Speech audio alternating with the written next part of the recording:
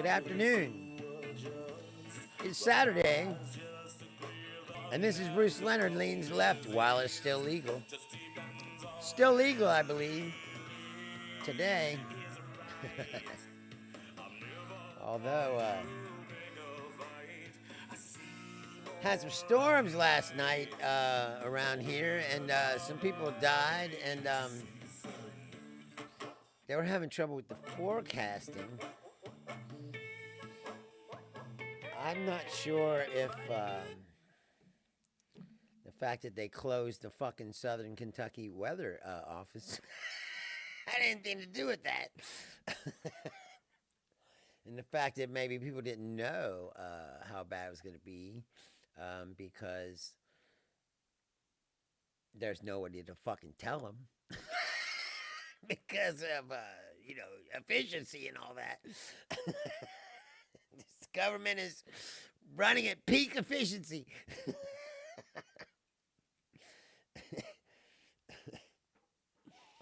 Anyway, some people were killed. And like I said, I'm not 100% certain that the fact that they closed the forecasting office and therefore the warning systems aren't up to snuff, as you would say. That's it. Not what they were last year. And some people have died. And I don't know if you saw St. Louis, pretty fucked up. Let's hold and see if they get some federal money to help them out. I doubt it because he told Arkansas to fuck off. What I can't understand is why people are accepting this. I mean, do you hate the government like that much that like you don't even care if you get fucked? That's like I just want the government going. I don't care if they don't help us like they used to. It's a hatred level of hatred that bad, like that you would sacrifice your own self. It's like, well, sure, my house, blew down, collapsed, and my wife was blown away. Oh, it's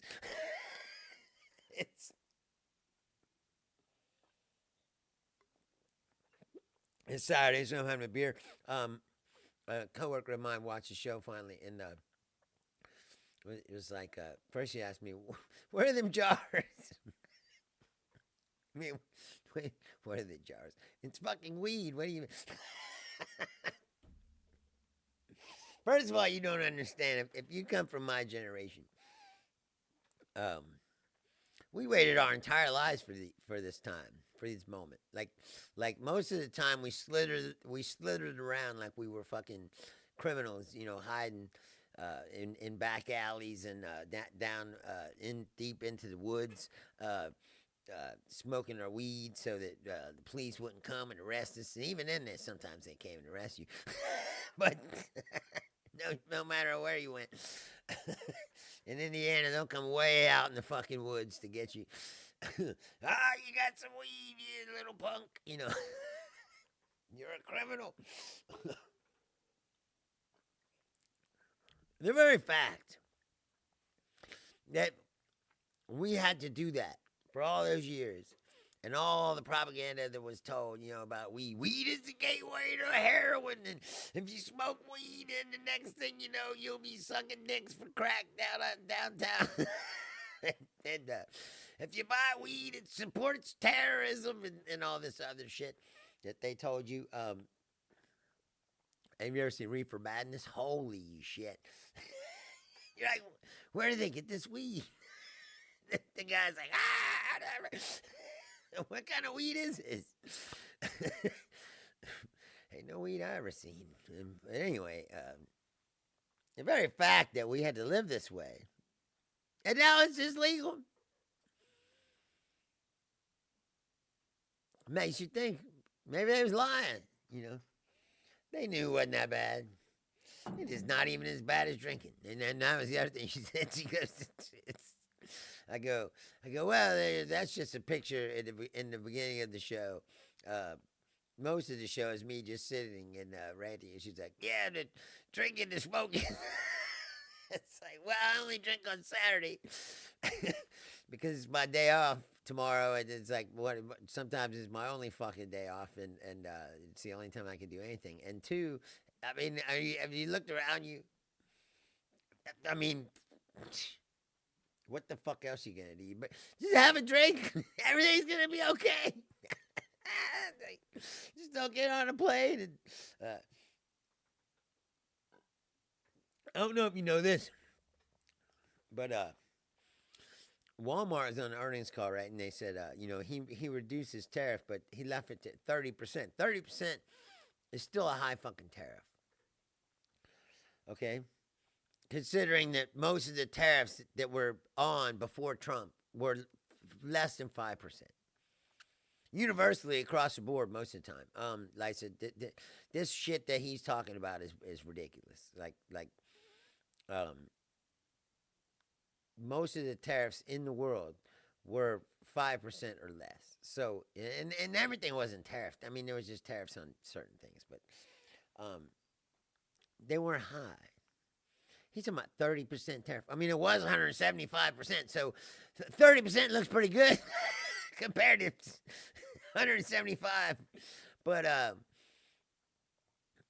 even the Walmart guy was like, there's still a high tariff, and like there's no way we can absorb the cost of this tariff without raising prices because of the low retail margins. If you work in retail, you understand what he's saying. It's not like they're making fucking, shitloads of everybody thinks that they are. And some are, and some gouge and do like, unscrupulous things. But I'm saying the margins themselves, they're not 30%. There's no way they can. Yeah, I saw a thing that said, if you take how much Walmart imported last year, they made $15 billion in profit, right? So if you take all the stuff that they have imported and you put the tariff into it, it turns out to be about $15.5 billion, which completely wipes out all their profit. If they absorbed the tariff themselves, basically they would just be open for nothing and not making any money whatsoever. So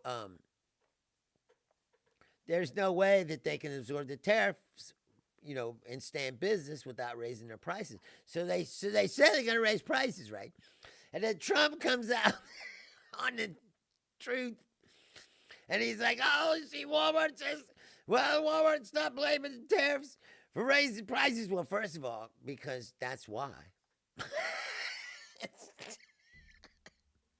This motherfucker doesn't understand how anything works. And then he says, oh, well, they should just eat that fucking tariff cost and not pass it on to the consumer. And they're like, well, first of all, didn't you say that no one had to because the countries that you put the tariffs on are the ones that paid them, right? That's what he said, right? That's what he said when he did it, right?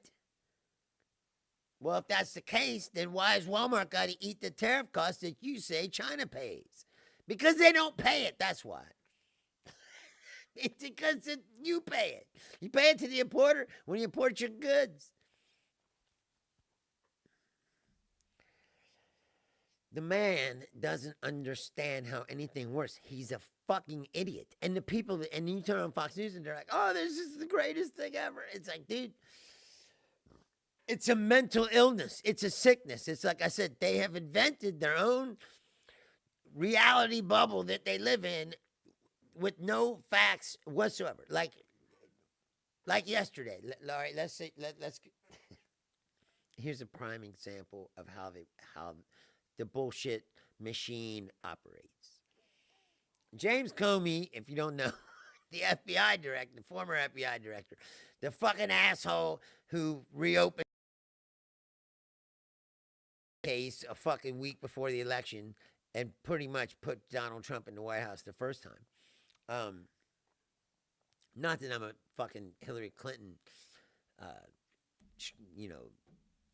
big fan of Hillary Clinton, but I'm saying that definitely affected the election. It was because it was still pretty close. And him fucking opening up that investigation a week before the election definitely cost her some votes. So, or we wouldn't be, maybe we wouldn't even be in this situation. If Donald Trump had not, there's so many times that Donald Trump should have been gone for good, forever, done. And he wasn't, because this machine cult, whatever the fuck it is, they won't, they will go down in flames with the ship. The Roger Stone and the people behind the scenes, the Steve Bannons of the world, they decided that Trump was the vehicle that they could use to advance their right-wing populism, fascist fucking movement. And it worked. You got to give it to him. But anyway, so here's what happened. So Comey's walking on the beach, and he claims he comes across where somebody had taken some seashells and put 8647 on this in the sand. So he takes a picture of it, right, and he puts it on the internet. Just a picture of seashells, right? That's it. It says 8647 in seashells in the gray sand. That's it. Simple picture. Next thing you know, Trump's on Fox News. He calls Fox News, sets up an interview immediately, and then says, "No, this means that James Comey's asking for me to be assassinated." And you're like, "What?" "Oh yeah, this is definitely a it's a threat." It's a threat. Now, you're talking about a guy who's made his whole career off of being a troll and attacking people and saying that Liz Cheney should be shot, and that everybody that's in Congress is Mike Pence should be hung outside if he doesn't if he certifies this election, and all these terrible things that he says, and he posts all the time pictures of Joe Biden tied up, and then he wants to get he wants to get the vapors about these seashells. It's like, oh my God, it's a threat. It's an Instagram terrorism. Like, what the fuck? And they all do it. And they all jumped on it. They're still doing it today. They drugged James Comey in for an interview with the Secret Service. About did he threaten the president of the United States with his seashell Instagram post?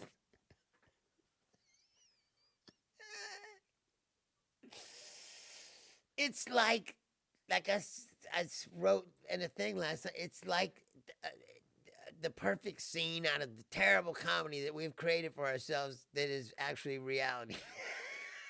It's like an interview with the light on, and the dude standing over him. Did you or did you not post seashells on Instagram? It's like, yes, I did. And did you mean by that that you wanted Donald Trump to be assassinated and trying to instigate a coup against the duly elected government of the United States, which they have already done? The hypocrisy and the ballsiness of all of it is so mind-blowing to me. I can't wrap my fucking head around just how ballsy these people are. Like, they already fucking tried to overthrow the government. They actually did. And then pardoned all the dudes that did it. And then he still talks about he's a law and order person.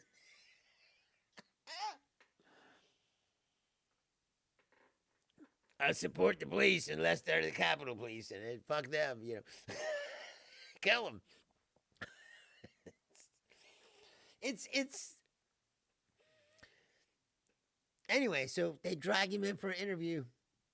And of course, they ain't charge him with nothing, because there ain't nothing to fucking charge him with. It's a picture of seashells, and everybody knows. Like, if you work in a restaurant, you're like, 86 to fries. They don't want them, I guess it means kill on some level, but it doesn't mean like. Now, has anyone ever said like, "Oh, that guy got 86"? If you got 86, it means that they kicked you out of a bar and told you never come back.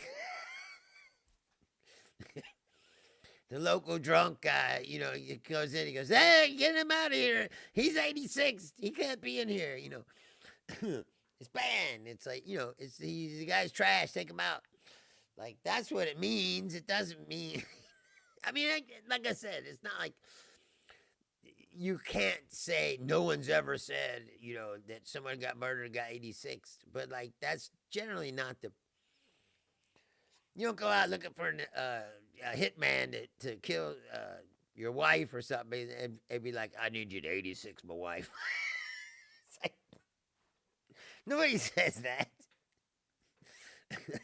If you did, the guy'd be like, "What?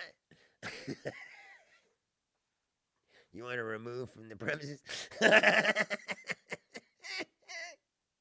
You know, ban your wife from your house. No. I mean, I wanted you to kill her. Why didn't you just say that? What's with all the weird nomenclature? And like, James Comey's gonna assassinate Donald Trump. Have you seen James Comey? He was he was the director of the FBI, but he wasn't even really an agent. He's always he was a lawyer. He's a prosecutor or whatever. You know, he's a lawyer, basically. He ain't gonna kill nobody. He's living a life of quiet retirement, strolling on the beach, apparently. Because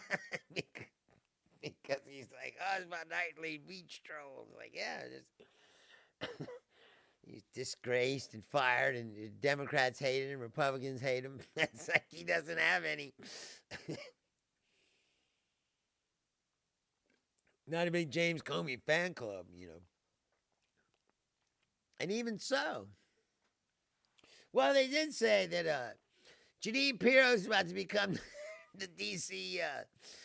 Attorney, so I guess it's going to land on her desk, and it's up to her if she wants to like bring some bullshit case against him. But she couldn't even convict Robert Durst of multiple murder. So I don't have much faith in her, you know. Old box of wine, Janine Pirro. How you gonna get like fired from your own show for going on the air drunk and end up the U.S. Attorney for Washington, D.C.?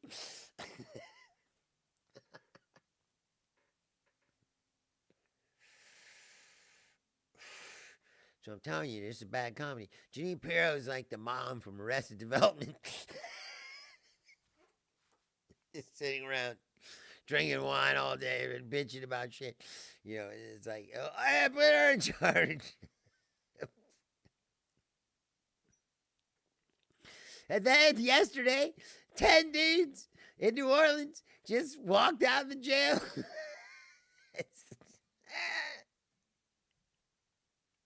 They just walked out of jail. Well, they didn't walk out of jail. They constructed some kind of a hole in the wall behind the toilet in one of the cells, but they they just were able to shake open the doors and let all these dudes out of their cells because they had defective locks or something, and it's all on video that no one was watching. That's the other thing. It's like, I used to work in Las Vegas as a security guard. I worked for MGM. I didn't work in the casinos, but I worked in the arenas. But in the arena, even, there's a room with the video monitors, the cameras all over the fucking place, and there's someone watching it 24 hours a day. And there's never to be a moment when someone's not watching that. If you have to go to the bathroom or it's your lunch break, someone comes, sits down in the chair, and you go take your lunch break.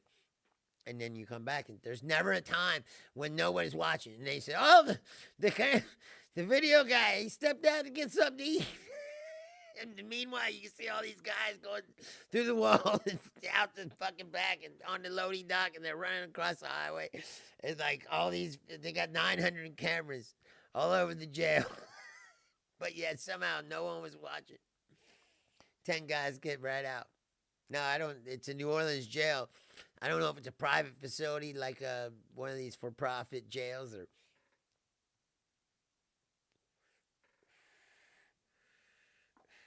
And then this guy was on the news. He says, I'll never forget this because I thought it was very funny. He's supposed to be an expert on this kind of shit. He goes, this kind of shit doesn't happen. Even 10 guys just walk out here. This has never happened before, and this is terrible. And I'm going, it did happen before in Texas. Years ago, I think it was about 10 years ago, about 10 or 15 guys broke out of a prison in Texas, and they wound up catching him in Colorado. And the last guy, he got shot in like a RV park in campsite in Colorado. So don't tell me that this never happened. This is the problem with when you watch things. Especially in today's world, it used to not be this bad. Like, people were a lot smarter. I will say this, or I was younger and more naive. Maybe that's true too, probably. But it seemed like people were smarter back then. If Donald Trump existed in like the late 1970s, early 1980s, and he went on Nightline with Ted Koppel. Ted Koppel would never have let him sit there and spew this fucking bullshit that he spews without, like, challenging him every single second. These guys just sit there and let him lie. Like, with...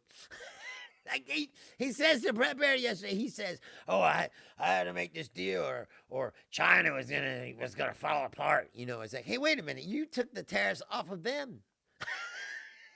And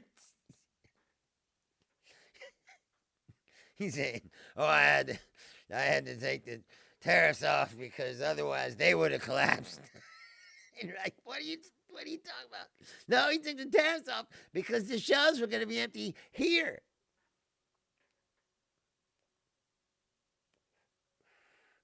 And now they might not be empty, but the price is going to go way up.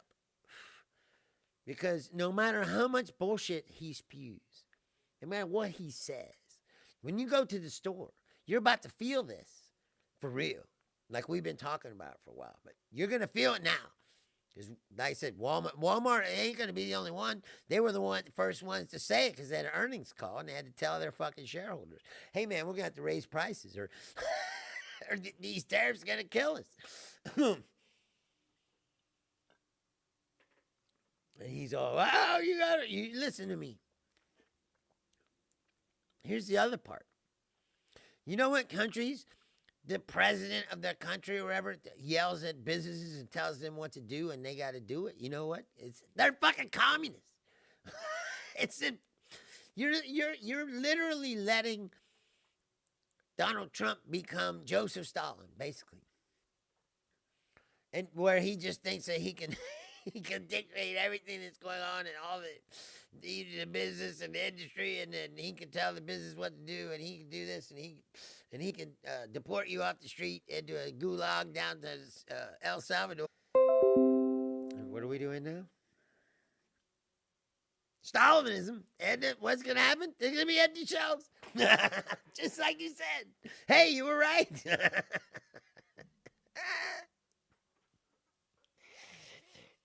It's so fucking stupid. It hurts the brain. Like you can't. I'm at the end of, like, I don't even want to live here anymore, to tell you the truth.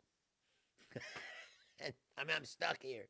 It's always been this way. It's for me. It's like, oh, I was born in this shithole place that I fucking hate, surrounded by assholes, you know, that I fucking hate, and I can't wait to get out of here. And then I got out of here, and then it's like, oh, your family's there, you gotta go back. And then I went back, stayed too long because the family's there, and it was like, oh, I gotta get out of here again. I gotta get the fuck out of this place. And I got out and I got away, and I was like, oh, my life is everything. It's everything I want it to be. Because I pretty much created my own life. and only have people in it that I fucking chose to be in it. For the most part. Well, I mean, not always, but hey, what's up? Um, there's always ancillary people in your life that you didn't choose to, knew you meet them from a job, or like I said, if you're a comedian, there's always comedians around you. You gotta talk to all of them, and you're like, oh, I don't like fucking 3/4 of these motherfuckers, but but you still gotta talk to them. and and then all this happened. I had to come back here again, and now that's how I feel about the entire country. Jot and Blaze watch. Oh, cool. Thank you guys for being here. I feel that way now about the entire country. It's like I got to get out of this fucking place. I don't think there's anywhere I can go now where I'm not gonna be like, oh my god, I gotta get the fuck out of here. I want to go to like fucking the Netherlands or Switzerland or something where everyone's liberal. I don't know why I keep getting disconnected. There's something seriously wrong. I mean, I don't know. The studio ran pretty smooth for a while, and then lately it's been sketchy. But there's been fucked up weather, so that's possible. I'm going to look into hardwiring this shit soon so that we don't have these kind of problems. Because believe it or not, I said I am a professional. Even I said in the beginning, like, oh, I've never done this before, but I'll figure it out. And that's what I mean. Like, well, I'm not quite there with figuring it out yet, but I will because I'm a fucking professional. If I do something, I'm going to do it to the best of my ability. And I owe it to myself and to you who watched this show. To not be watching me glitch out every fucking 10 seconds. Like, oh, it's in a bad connection every day. It's like...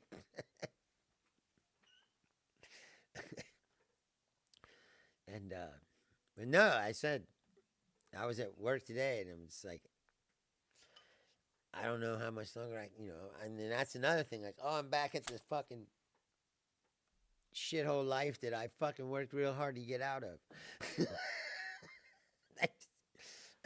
And do I have it bad? No, I don't. I mean, it's not that terrible. It's like I said, I got so much time there that they just hired me right back. And even though the manager wasn't there when I worked there before, a bunch of the people are.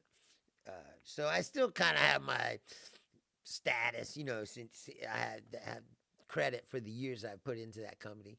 And they kind of leave me alone for the most part. Just sit in the back and take care. And, I do my job, so they don't gotta fucking worry about that. But the guy's not fucking with me too hard, I mean, it's in all, I don't really have that much to complain about, except that I fucking hate 9 to 5, corporate.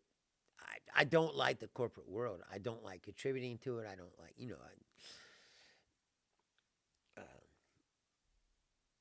But we don't work for Apollo Capital Management anymore, which is good because I really hated that shit. Now we're owned by some South American people. I don't know if it's like a money wash for a cocaine operation. I like to think that. It makes me feel better about it. Like, well, corporate job's not so bad if it's a money washing operation for a South American cartel,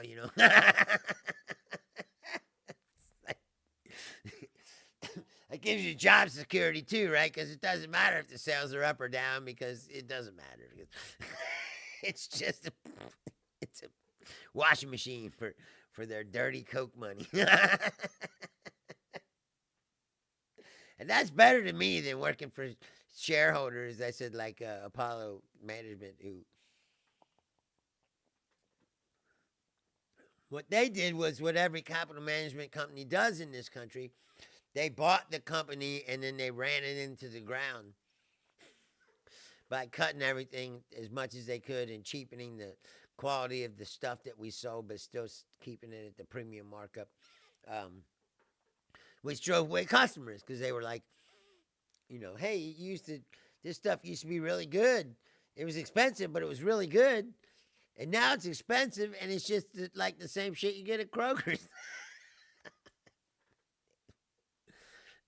And yeah, people stopped going. And like I said, they squeezed every penny they could. And then I wasn't there because I left. But apparently after I left, the company was about to fold. And then at the last second, this South American company scooped in and fucking bought it up. And so they kept it alive, kept it open. That's why my store was still open, and my friend was still there. So when I came home, I just called my friend. He's the produce manager. He's been the produce manager. He trained me to be a produce manager. So I was like his apprentice for like 2.5 years. And I quit once, went to Whole Foods for a year, and then went back. It's like, I quit the place I worked twice, and they still hired me back. I tell you something about me. I said, I say that to everybody I work for. I'm like, you're lucky I fucking work here. And if I leave, you want to have me back, I promise. Because you'll have to hire 2 people, to replace me, because I could do a lot of shit. I'm a hard-working dude, and I'm smart. You can't find that every day, It's like I can learn any job and do anything in place. And now I've been working in stores for so long, I can do that anywhere. I can go into a store and be there for like a week, and I could learn every single thing in the store. I could work in any department. I could even cut meat. I did that too. I've done everything. I worked in the bars and in the stores for my entire life, so I can do either one of those things pretty good. And I was a sound engineer and all that shit. I can do all kinds of things. I've done a lot. Everyone I talk to, they go, man, you done a lot of stuff. I guess, but I just fell into a bunch of stuff, I've had an interesting life. I said I can't do the 9-to-5 thing. I just can't. It's the grind, they call it. It is a grind. It's a fucking meat grinder, and it grinds your fucking brain to mush. So I was talking about that a few episodes ago when we were talking about bringing back the factories and shit. You're like, yeah, I worked in a factory. I said, where you stood at a machine. It spit out these lids for Boston market meals, and it would spit these things out, and you had to count to 10. And when the stack got to 10, you had to take the stack off and then put it on this thing and then pull up and bag it up, basically. And you stand there and count to 10 and bag it up for 12 fucking hours a day. I'm not kidding. 4 days a week, 12 hours a day. That was the job that I only was there for 2 days, because the second day I was like, I went back to the temporary service, and I told him, I can't do this, and if you tell me to go back there, I'm going to fucking not show up, or I'll kill myself about 4 hours in. It's like, I don't think they want their Boston market lids with my brains all over them when I shoot myself in the head for fucking. And I went to the cafeteria to have lunch, and there was a bunch of people in there that worked there, and there's some of them been there for a long time, and I'm like, how in the fuck do you do this? It wasn't even like now it might not be as bad, because you could turn I'm here for 12 hours. And like, how many tapes do I gotta fucking carry with me? And it's like, and you gotta have batteries and shit. It's like you're gonna run out of batteries mid-shift. And then